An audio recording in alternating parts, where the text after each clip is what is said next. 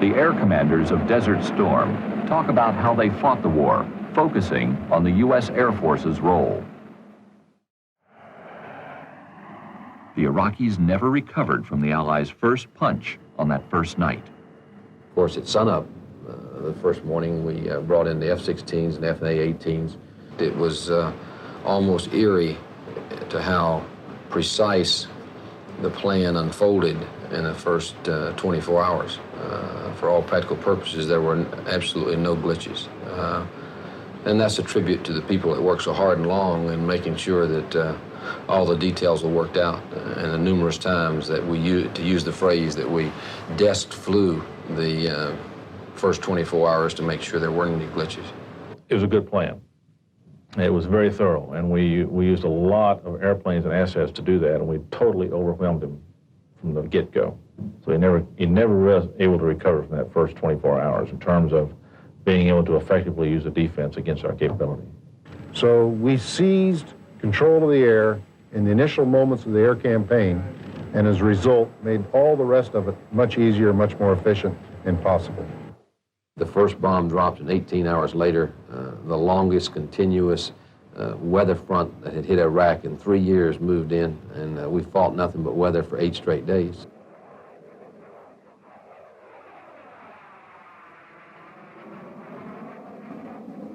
We intended in the first 3 days to take out all of his nuclear, biological, and chemical storage. The weather really hampered us in this area, and that was our #1 concern, and that he'd go to those facilities and take the stuff out and start moving it around.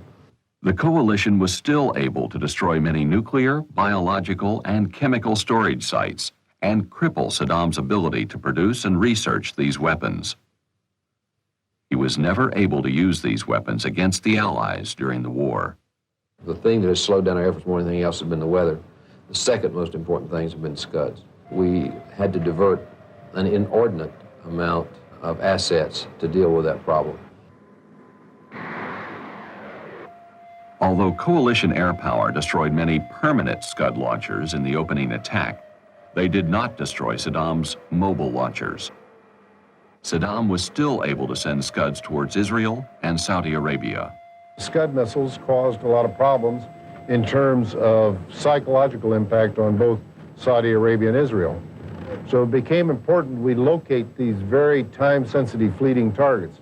We actually wound up using 24 airplanes continuously, and then we supplemented those airplanes with strikes, and so it averaged out that we were using almost 100 airplanes a day to just deal with Scuds.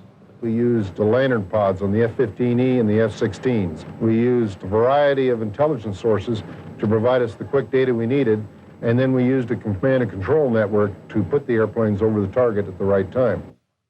The coalition knew that the mobile launchers had to come out of hiding and drive to certain areas so their Scuds could reach their targets. These launch areas were called Scud boxes.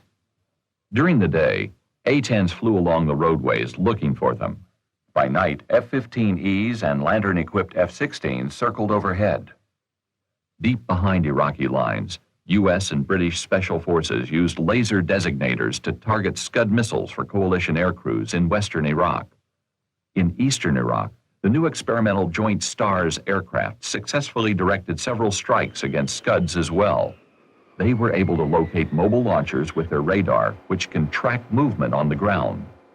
Many mobile launchers were hunted down and destroyed. And at day 11, we were actually at day 4.5 in the war, just because of weather alone. And then when you subtract the Scuds out, as you can see in the first 11 days, we had only accomplished about 3 days worth of what we had intended to accomplish. Although the Scuds were never fully suppressed, air power greatly reduced their chances of hitting their targets and dramatically reduced Scud launches from 5 a day to 3 a week.